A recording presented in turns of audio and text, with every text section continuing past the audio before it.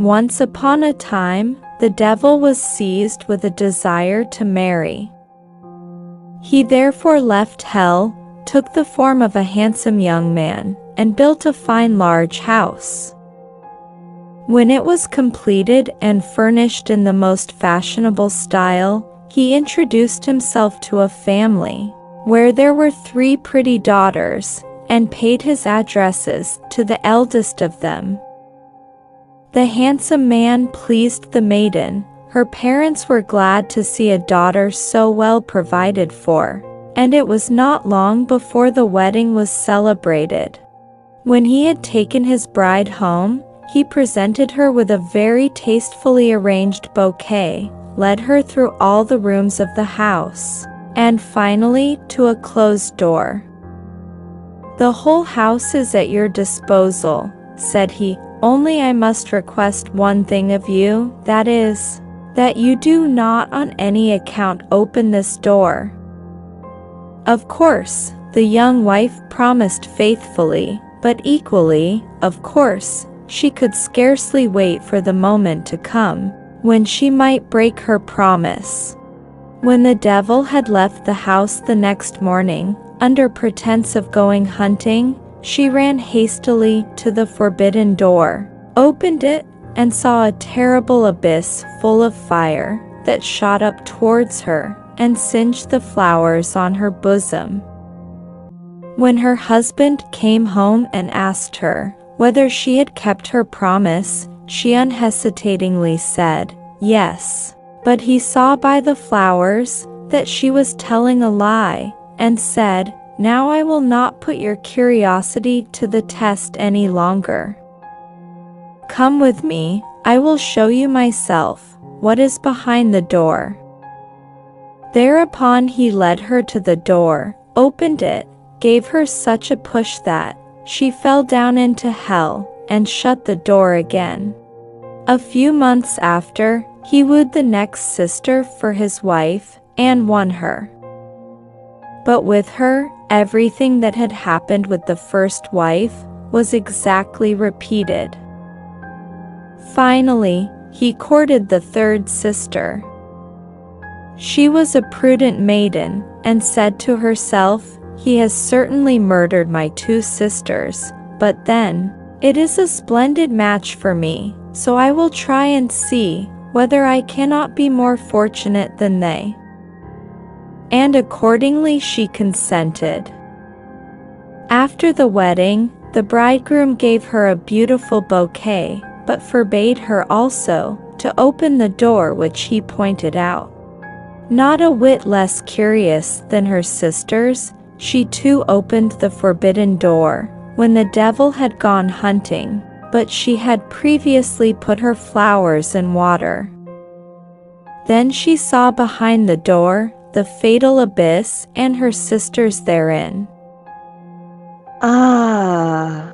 she exclaimed, "Poor creature that I am, I thought I had married an ordinary man, and instead of that, he is the devil. How can I get away from him?" She carefully pulled her 2 sisters out of hell, and hid them. When the devil came home, he immediately looked at the bouquet, which she again wore on her bosom, and when he found the flowers so fresh, he asked no questions, but reassured as to his secret, he now, for the first time, really loved her.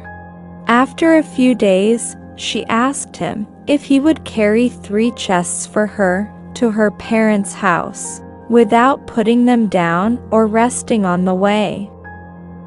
"But," she added, "you must keep your word, for I shall be watching you." The devil promised to do exactly as she wished.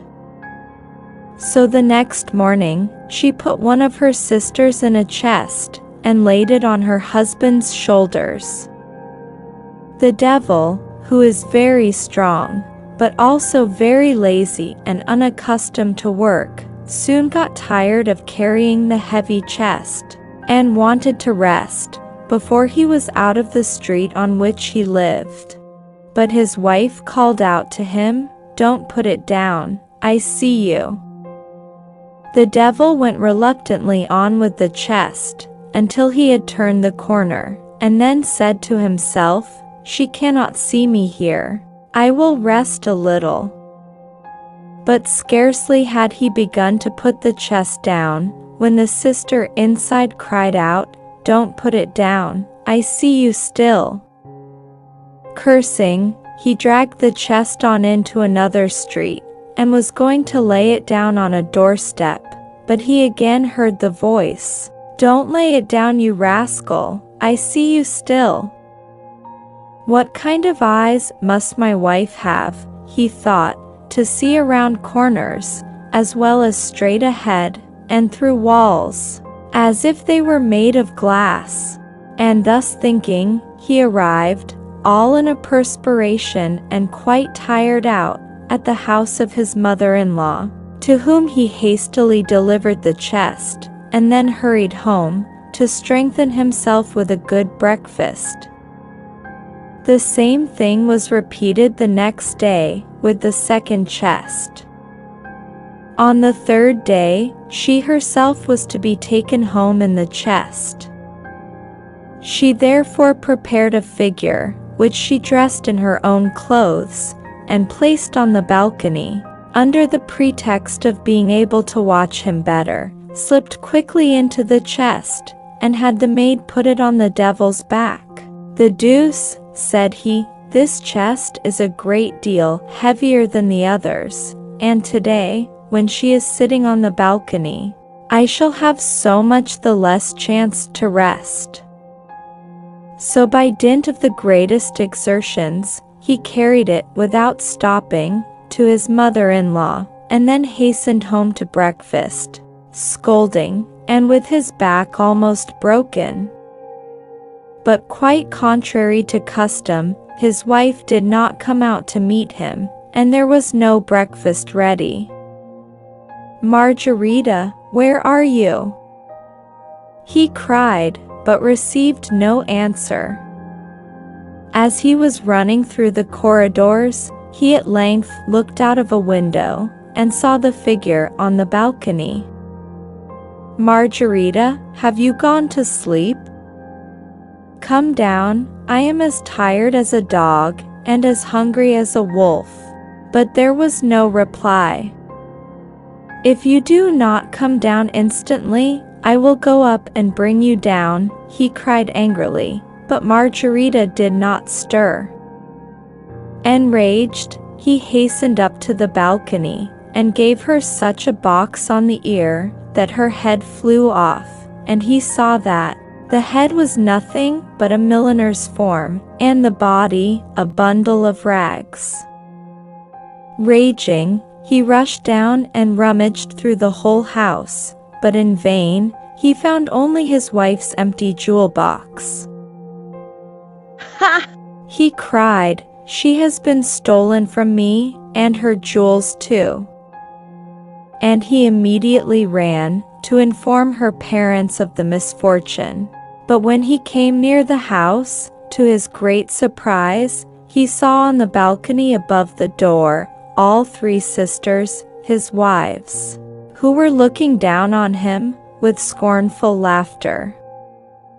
3 wives at once terrified the devil so much that he took his flight with all possible speed. Since that time, he has lost his taste for marrying. Thank you.